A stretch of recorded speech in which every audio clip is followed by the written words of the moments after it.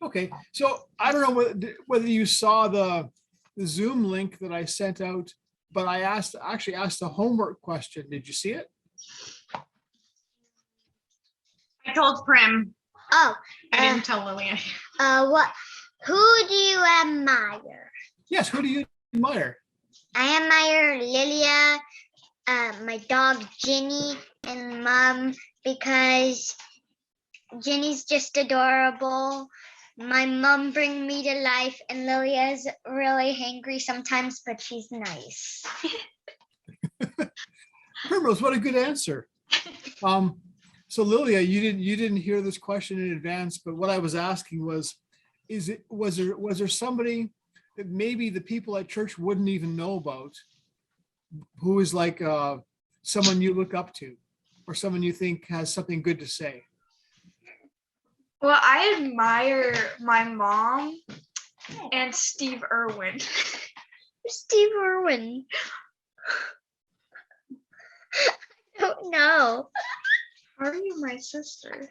I don't know. She brought me to life when I was a redhead.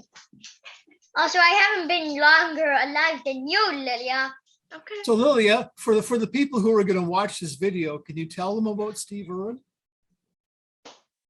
Well, Steve Irwin was like a wildlife person where Crocodile hunter. he was a crocodile hunter, and he has like his own zoo, and he was just like a really great person, and yeah.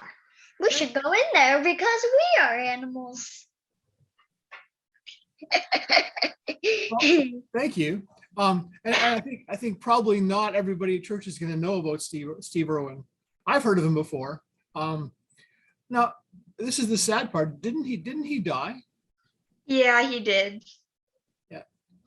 And I think I heard that his family, especially one of his daughters, is trying to carry on his work. Have you heard that? Yeah. And his work was, I think, not just hunting crocodiles, but taking care of animals. Yeah. And letting people know about the importance of wildlife. So Yeah. I can totally see why you'd like him. Yeah. I want to tell you about someone who I admire. And this is someone who I'm just beginning to learn about. And she's 17 years old. Her name is Autumn Peltier. Have you heard that name before? I thought you were going to say Lilia. No, I haven't. Well, Autumn, she was born in Thunder Bay, the same place I was born. But she grew up on Manitoulin Island, which is totally surrounded by Lake Huron. And she's become famous because she does work raising awareness, letting people know how important it is to take care of the water. And she makes the point that if we don't have water, we're not going to do well. So I'm going to try, I have a little video I want to show you guys. So I'm going to try screen sharing, and then the video is about 2 minutes. Let's see how this goes. Autumn Peltier. I come from the Wiklungkung unceded territory, and I'm Indigenous. I'm 12 years old. I am in grade 7. I started speaking around ages 8. Well, I started speaking in my own community. My Auntie Josephine always taught me about water and the importance because what she talks about is water. And so she kind of mentored or inspired me to do the work I'm doing today. Everyone, let's give a great big warm welcome to Autumn Peltier. Well, when I put tobacco in the water, I'm praying for the water, and that's sending good energy and prayers. So that's just hope, I guess I could say. I speak for the water because water is alive and it does have a spirit, and she hurts every day because of what the people are doing to her today in the world. Polluting the water, dumping toxic waste, even just garbage. I do what I do because our water is sick. The people who own the factories of the world are disrespecting Mother Earth and making our water sick. They are killing her. Mother Earth has been in existence for billions of years, and she doesn't need us. We need her. I met Prime Minister Justin Trudeau for the first time in 2016, I'm pretty sure. I just told him like about the water issue and what I want to be done and the water crisis and the First Nations communities that can't drink their water. I feel proud about it because I know that for the children that want to speak up, but maybe they're too afraid, I'm speaking up for them, and maybe what the work I'm doing will encourage them to do the work I'm doing, and we can all try and make a change.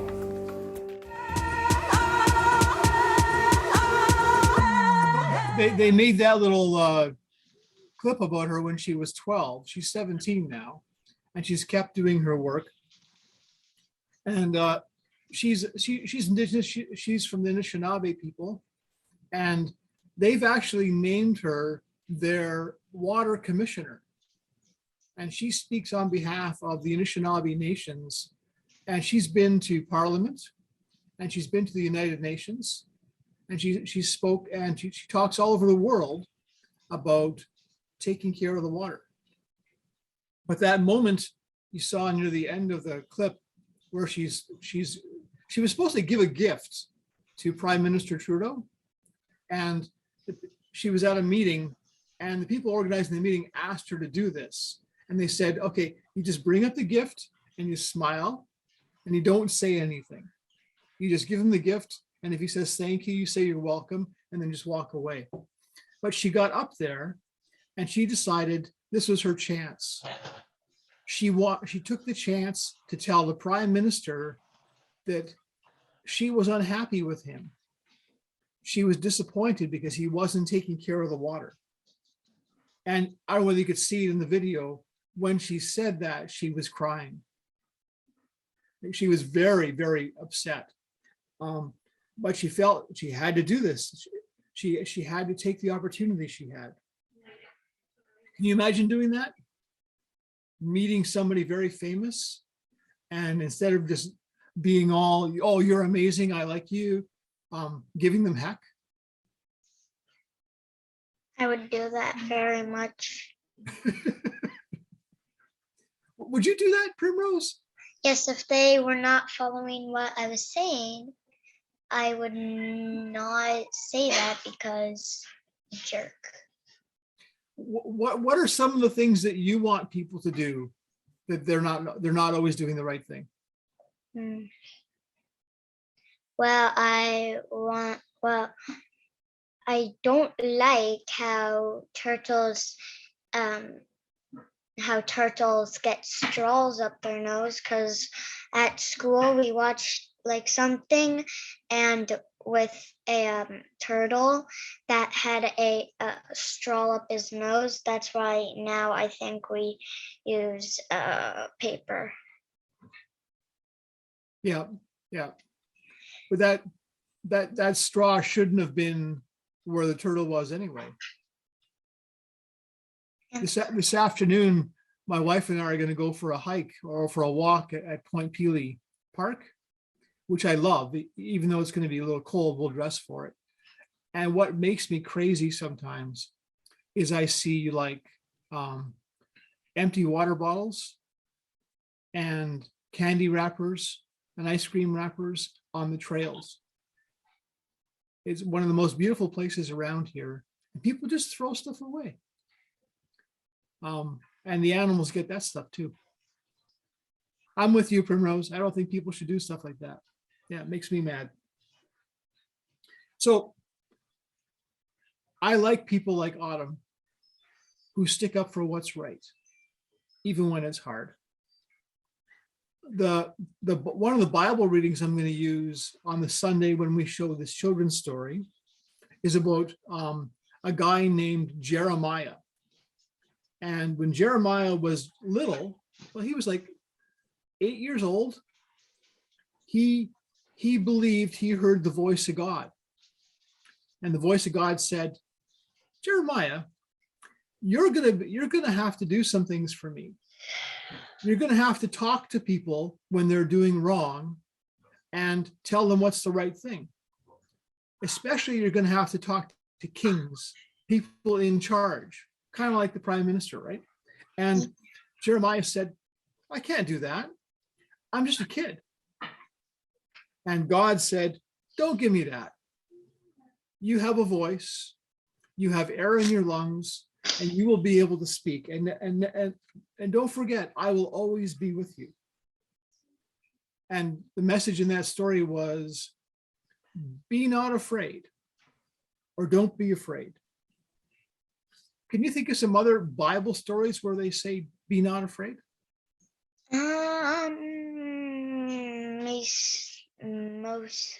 No. Do you remember at Christmas time when the shepherds are out in the fields? Who shows up in the sky? Jesus, baby Jesus. Wait, no, no, God. it's an angel. I Angels, don't right? know. I forgot. The angels show up in the sky, and they're calling out, and the shepherds are taking care of their animals, and then they're afraid because there's angels in the sky. What do the angels say? Be not afraid. Be not afraid. And when the angel showed up and talked to Mary and said she was going to have a baby, what's the first thing the angel said to Mary? Be not afraid. Yeah. I think There's a lot of words that says, be not afraid. be not afraid. Yeah. You know what? That shows up in the Bible over and over again. And it's often a messenger from God telling somebody like you or me who needs to hear it, don't be afraid. Just do the things that you're supposed to do. And I kind of think maybe that's sort of what happened to Autumn Peltier. She was up there talking to the Prime Minister of Canada, and you could see on her face she was maybe a little bit scared, but she knew what she had to do. And something inside of her said, don't be afraid. Just say the thing you need to say. So my hope is we can all be a little bit more like that and know that God is with us and helping us and whispering in a really quiet voice to us when we need to hear it. What do you think? What do you think the whisper is? Be not afraid. Yeah, good job. Exactly. So I'm going to do one of those repeat after me prayers. Do you know what to do, Primrose? Prim. I'm sorry, I just looked at a squirrel that does not have a tail. Oh, Jeez, it got cut off. poor thing. They need their tails for balance. Yes. Also, I forgot what you were saying because I was looking. That's okay. So we're going to do a repeat after me prayer. Okay. You ready? Yeah. Dear God, Dear God, thank you thank you for people who are brave. for people who are brave. Help us to be brave. Help us to be brave. Help us to say things that need to be said. Help us to say things that need to be said. And help us take care of your world Help us take care of your world and all the animals, and all the animals, especially squirrels. especially squirrels. Amen. Amen. So next week, when we do this, you have to make sure that you have bread or crackers and juice and grape juice or any kind of juice you have around the house. I have grape juice. Excellent. Do you have bread? No, I have crackers. Okay, so you'll have crackers and juice because we're going to do communion. Okay, Okay. excellent. Thank you for coming this morning. It was good to see you guys. I'm snuggling with the kitten that's right Thank here. you. Here. Thank you. Bye for now. Bye. Oh. So it's time for the 7th inning stretch. You can stand up if you like and give yourself a stretch. We've been sitting for a long time. You know, Janet had a lot of words to read. We sat all through all those words. Good job. Good job. So this morning's 7th inning stretch is brought to you by our friends at Harrowwood. I spent all of Wednesday at Harrowwood. You can stand if you want. I spent all of Wednesday at Harrowwood, and I booked visits like every half hour, 45 minutes, and I got to see almost all of our United Church people there. And a lot of the other folks too, because when they figured out that I was in the chapel, people just kept dropping in. And they said, when are you coming back? Well, Larry and I are going there on Wednesday to do a service. And I've been talking to Ginger and other people on staff there, and we're looking at going in every 2 weeks to do a service because they really miss us. They like Larry a lot, which is understandable, right? And all that's going on in Harrowwood right now is church and bingo. And there's people who never played bingo in their whole lives, but they're going because it's something to do. And it's not a NIDA calling, which makes it not as good bingo.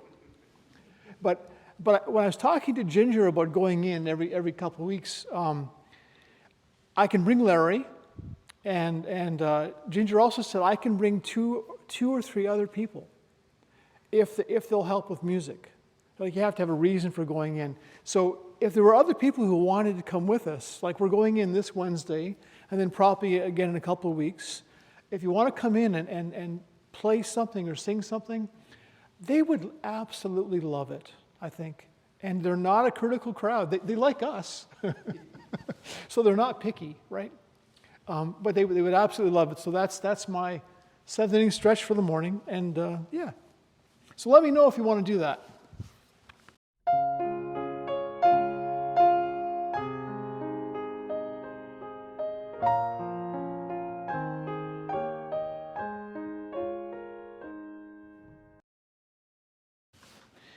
My sister, Christine, who lives in Thunder Bay, is married to a trucker whose name is Chris.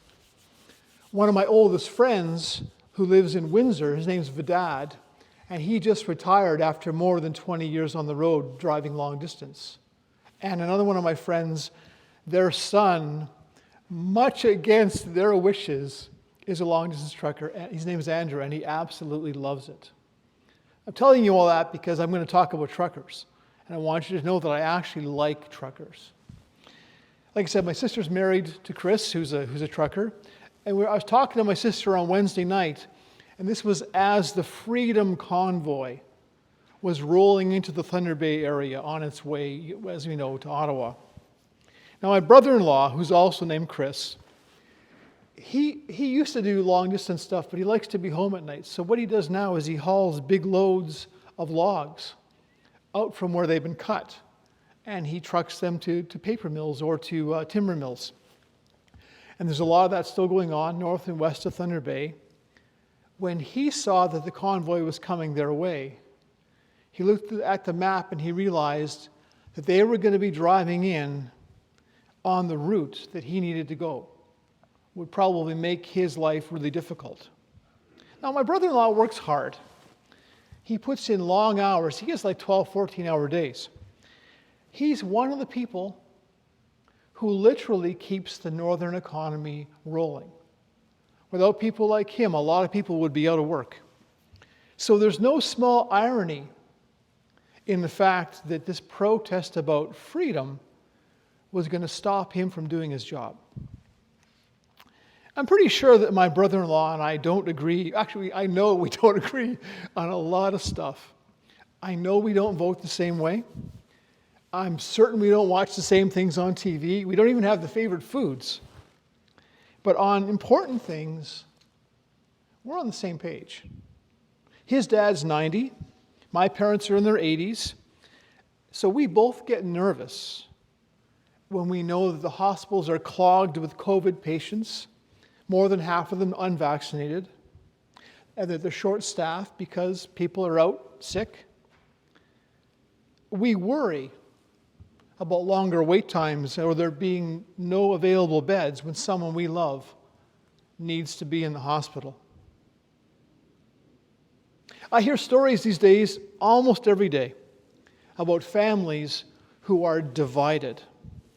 And there's a whole list of stuff they can't talk about. Can't talk about COVID, can't talk about vaccines, can't talk about lockdowns or vaccine mandates because if you do, the crap hits the fan. How do we get along? And how do we work together despite the fact that we're humans? And we have history. and strong opinions, and we're bound to have disagreements. There's a temptation to fall back on just being nice. Just be nice. Don't upset anyone's apple carts. Totally avoid the hard conversations. As you know, for the last little while, I've been learning about Autumn Peltier. She's so young, 17. I think at 17, I was still learning to tie my shoes. But she's so committed to her work as a defender of the water, and she brings such intelligence, perseverance, and poise to talking about really hard questions, such as why successive governments just aren't doing it, aren't protecting the environment, and have left so many First Nations communities without clean and safe water. And not just for a little while. For decades, people have had boil water advisories. Our Bible readings over the last little while remind us that living a faithful life means sometimes you got to take a stand. Sometimes you have to risk not being nice. And you have to call people to account. The biblical name for someone who does that is prophet. I think Autumn Peltier is a prophet. But, okay, do I think that just because I agree with her? She's a prophet I like. I'm fully aware that there are some people who see the Freedom Convoy organizers as prophets. So I come back to the question, how do we get along with people with such varying opinions? And do we have to even try? Well, apparently the Bible says we do. We heard scriptures today, and I had Janet read them from the Message because Eugene Peterson did such a good job of saying it in plain language. There's no getting around it. We heard Jesus say, "You're familiar with the old written law, love your friend, and its unwritten companion, hate your enemy." I'm challenging that. I'm telling you to love your enemies. Let them bring the best out in you, not the worst. When someone gives you a hard time, respond with the supple moves of prayer, for then you're working out of your true selves, your God-created selves. That's what God does. God gives God's best, the sun to warm and the rain to nourish, to everyone, regardless, the good and the bad, the nice and the nasty. If all you do is love the lovable, do you expect a bonus? Anyone can do that. If you simply say hello to those who greet you, you want a medal? Any run-of-the-mill sinner does that. In a word, what I'm saying is, grow up. You're kingdom subjects, now live like it. Live out your God-created identity. Live generously and graciously toward others the way God lives towards you. That's beautiful. It's challenging. Really? When someone gives us a hard time, we're supposed to respond with the supple moves of prayer? I wish I could say I always do that. I wish I could say that I'm that mature, but I'm not. In my mid-20s, which just feels like a long time ago now, I lived in rural Georgia.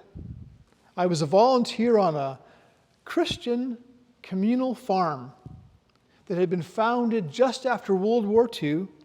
It was founded by people that were devout, faithful Christians, two couples. They founded this farm they called it a test plot. They're in the middle of rural Georgia, and they built a farming community that was racially integrated. They did it to challenge the racism of the culture all around them. And that farm has been there ever since and has always been active in the work towards civil rights in the United States. So when I lived there, I lived with a group of volunteers. The house we lived in was one of the original homes on the farm, and it still had bullet holes in the kitchen walls. They could have patched them, but they left them. Those were from drive-by shootings. Folks on the farm back then, and this would happen. They didn't call the police because they knew that the local sheriff at the time had deputies that were in the KKK. Now that was like decades before I lived there. But the holes were left as a sign that the struggle for civil rights was real and could be dangerous. I met some amazing people in my time at Koinonia Farm. I met people who knew the Reverend Dr. Martin Luther King. So when Dr. King used the word freedom, he used it in a very different context than we're hearing this week. The civil rights movement in the United States worked to end discrimination on the basis of skin color. Okay, the color of my skin is something I have no choice about. Whether I get jabbed with a vaccine, I absolutely have choice about. If you have some time today, Google Freedom Riders. Learn about some people who really worked hard for freedom. When I worked and lived in the South, I learned about Freedom Riders. I learned about people who took part in the Montgomery bus boycott and in the garbage strike and other historic marches, the March on Washington. Before King and his other leaders allowed people to take part in those big actions, they were required to be trained in nonviolence. Serious stuff. And that their nonviolence training was based on ideas that Martin Luther King had learned from studying Mohandas Gandhi. Gandhi was also a prophet who helped lead the people of India to independence from the racist colonial powers that had claimed their country. Gandhi taught that nonviolence is more than just promising you won't attack your enemy. Gandhi referred to his form of nonviolence as Satyagraha, which means truth force or love force. It means a person should seek truth and love while refusing through nonviolent means to participate in something they believe is wrong. So when journalists have been asking the Freedom Convoy organizers basically if they would behave, the organizers have been saying our protest will be nonviolent. But honestly, how many of them have had the training? How many of them understand those words? How many of them have the maturity or the spiritual strength to live up to the commitment to remain nonviolent in a difficult situation? I'm not sure that I could. I'm not sure how many of us here could remain calm and nonviolent when tempers are bound to rise. It takes prayer and practice and the support of like-minded people to live up to a commitment to remain nonviolent. So I worry about those organizers who may be in way over their heads. I also worry about all those fringe groups that have latched on, who bring their own issues and disruptive motives along for the ride, and who are not saying that they're committed to nonviolence. When I see a Canadian flag with a swastika on it, I'm not convinced those folks are nonviolent. I think they're deliberately disruptive and antagonistic. Some people who have gone along for the ride appear to be lined up with groups that are racist, who are opposed to the rights of people who aren't our color, who are opposed to people who identify as LGBTQ+. I have biases, right? I don't claim to be totally balanced in my views.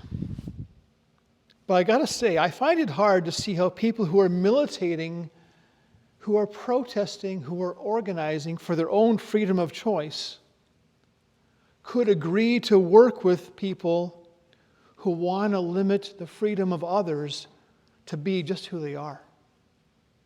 Those things don't go together for me. Probably a good thing I'm not in Ottawa today. It definitely takes prayer to love those who disagree with us, to be civil and kind and nonviolent with people that are hard to like. That kind of prayer that I'm talking about, that Martin Luther King taught, that Gandhi taught, that's not so much about asking God to give us strength. It's about opening ourselves to God's presence and being aware that God is the strength we need and God is the source of love. Now, God is the love force that Gandhi taught about, the same force which empowered King and others in the civil rights movement to do all the work they did and not succumb to the temptation to strike back. Now, that was something I could see as a Spirit-led movement for freedom. The reading that we had from 1 Corinthians, also from the Message, points to what life looks like when we're steeped in, deeply connected to the source of love. And I want you to think about these words if you watch any coverage today. Let these words ring in your heart and your mind as you watch the Freedom Convoy people on TV. Love doesn't strut. Love doesn't have a swelled head, doesn't force itself on others, isn't always me first, doesn't fly off the handle, doesn't keep score of the sins of others, doesn't revel when others grovel, takes pleasure in the flowering of truth, puts up with anything, trusts God always, always looks for the best, never looks back, but keeps going to the end. Honestly, I believe that's the way we're called to make our way in the world. Amen.